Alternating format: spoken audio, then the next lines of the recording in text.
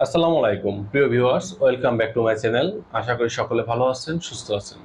আমি আমার গত ভিডিওতে বলেছিলাম যে মানবদেহে যদি ক্যালসিয়ামের অভাব দেখা দেয় বা ঘাটতি দেখা দেয় তাহলে লক্ষণগুলো কি কি, এবং আমি বলেছিলাম পরবর্তী ভিডিওতে আলোচনা করব কোন খাবারগুলো খেলে আমরা ক্যালসিয়ামের অভাব বা ঘাটতিগুলো পূরণ করতে পারবো।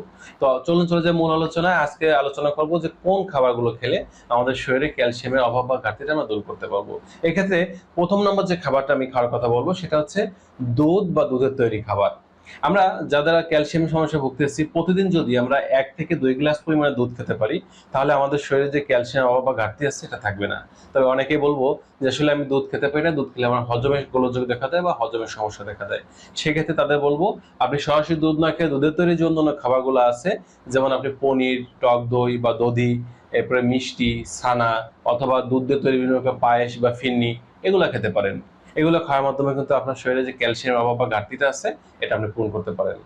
দ্বিতীয় নম্বর যে খাবারটা আপনি খাবেন এটা হচ্ছে আল্লাহ তাআলা দেওয়া একটা অত্যন্ত নিয়ামত বলতে পারি আমরা, বা একটা শুকনা ফলের মধ্যে যে এতটা ক্যালসিয়াম, যেটা আমরা অনেকেই হয়তো জানি না, সেটা হচ্ছে কিসমিস। যারা ক্যালসিয়ামের সমস্যায় ভুগতেছি, অভাব আছে তাদের শরীরে, ডাক্তার হয়তো প্রেসক্রিপশন করে দিয়েছেন তাদের নিয়মিত ক্যালসিয়ামের ট্যাবলেট বা ক্যাপসুল খাওয়ার জন্য।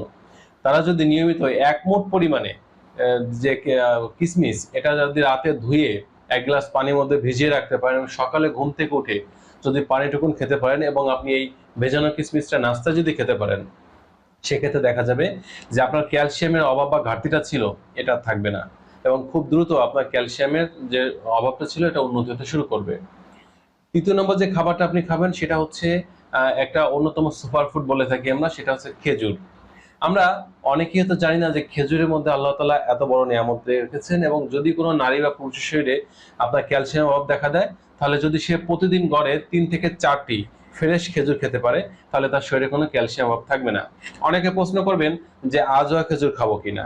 হ্যাঁ, বিষয়টা হচ্ছে আমরা যারা মুসলমান বা ইসলামী শরীয়ত অনুযায়ী আমরা জীবন ধারণ করি বা জীবন আমরা অতিবাহিত করতেছি, আমরা কোরআন এবং হাদিসের আলোকে দেখতে পাই বা জানতে পারি যে খেজুরের মধ্যে সর্বোত্তম খেজুর হচ্ছে আজওয়া খেজুর। তবে এই আজওয়া খেজুরটা আসলে দামে যেহেতু অনেক বেশি, এবং অনেকে কিন্তু ক্রয়ের ক্ষমতার সাধ্যের বাইরে, সেক্ষেত্রে আজওয়া খেজুর যারা কিনতে পারবো তারা আজওয়া খেজুর খাবো, আর যারা আজওয়া খেজুর কিনতে পারবো না তারা খেজুর হলেই চলবে। ভালো মানে 3 থেকে 4টি খেজুর খেলে কিন্তু আমাদের ক্যালসিয়ামের যে ঘাটতি বা অভাবটা আছে এটা দূর হবে। 4 নম্বর যে খাবারটা খাওয়ার কথা বলবো সেটা হচ্ছে বর্তমান সময়ের আলোড়ন সৃষ্টিকারী একটা সুপারফুড, যার নাম হচ্ছে সজনে পাতা বা মোরিঙ্গা। এই সজনে পাতা বা মোরিঙ্গা যদি নিয়মিত খাদ্য তালিকায় রাখতে পারেন তাহলে আপনার শরীরে কখনো কোনোদিন ক্যালসিয়ামের অভাবটা দেখা দিবে না। আমরা যারা ক্যালসিয়াম অভাব দূর করার জন্য সজনে পাতা খাবো তারা প্রতিদিন 1 গ্লাস পরিমাণে কাঁচা সজনে পাতার যে রস বা জুস এটা আমরা খেতে পারি, তাহলে কিন্তু আমাদের ক্যালসিয়াম অভাব থাকবে না।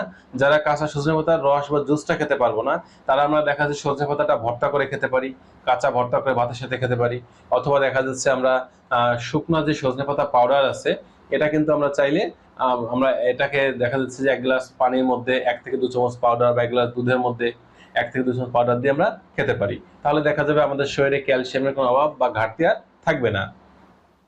5 নম্বর যে খাবারটা খাওয়ার কথা বলবো সেটা হচ্ছে কিছু সবজি বা কিছু শাক। আমরা অনেকেই জানি না যে কিছু কিছু শাকে প্রচুর পরিমাণে ক্যালসিয়াম থাকে। তার মধ্যে প্রথম নম্বর যে শাকটা আমরা খেতে পারি সেটা হচ্ছে পুঁই শাক। পুঁই শাকে পর্যাপ্ত পরিমাণে ক্যালসিয়াম থাকে। এর পাশাপাশি আমরা পালং শাক খেতে পারি, কচু শাক খেতে পারি, কলমি শাক খেতে পারি। এই শাকগুলো প্রচুর পরিমাণে ক্যালসিয়াম থাকে। আর সবজির মধ্যে যদি আসি তাহলে অন্যতম একটি ক্যালসিয়াম সমৃদ্ধ সবজি হচ্ছে ঢেঁড়স বা ভেন্ডি বলে থাকি আমরা। অর্থাৎ প্রতিদিন খাদ্য তালিকায় এই খাবারগুলো রাখতে পারলে আমাদের কিন্তু এই ক্যালসিয়াম অভাব থাকবে না।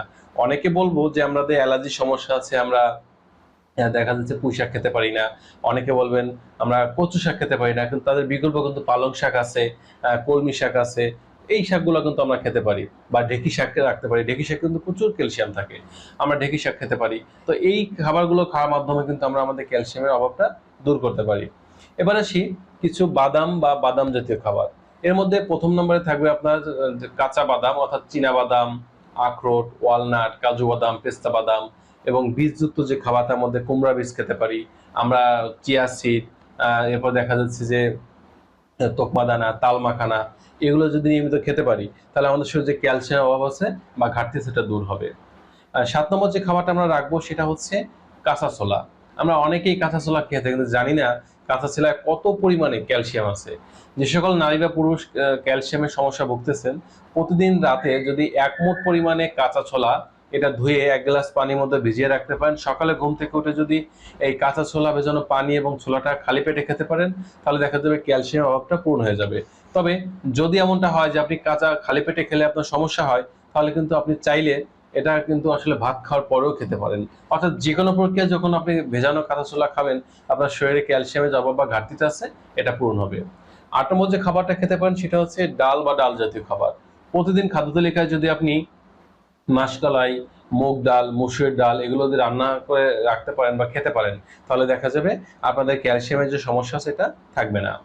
লাস্ট নাম্বার যে খাবারটা খাওয়ার কথা বলবো সেটা হচ্ছে প্রতিদিন গড়ে একজন নারী বা পুরুষ ক্যালসিয়াম সমস্যা দূর করার জন্য ১ থেকে ২টি ডিম খাবেন। যদি কারো হার্টের প্রবলেম থাকে, সেক্ষেত্রে ডিমের কুসুমটা বাদ দিয়ে আপনার ডিমের যে সাদা অংশ আছে এটা খেতে পারেন। এর পাশাপাশি সামুদ্রিক মাছ এবং আমাদের দেশীয় যে মাছগুলো আছে এগুলো খাবেন, কারণ মাছে প্রচুর ক্যালসিয়াম থাকে। বিশেষ করে সামুদ্রিক মাছে ওমেগা 3 ফ্যাটি অ্যাসিডের পাশাপাশি প্রচুর পরিমাণে ক্যালসিয়াম থাকে। এজন্য সামুদ্রিক মাছটাকে বেশি পরিমাণে প্রাধান্য দেওয়ার চেষ্টা করতে হবে। তো বন্ধুরা, এই ছিল আজকের বিষয়। আশা করি আপনারা এই খাবারগুলো খাওয়ার মাধ্যমে আপনাদের শরীরে থাকা ক্যালসিয়ামের ঘাটতি বা অভাবটা আপনারা পূরণ করতে পারবেন। সকলে ভালো থাকবেন, সুস্থ থাকবেন। আজ এ পর্যন্তই। আল্লাহ হাফেজ।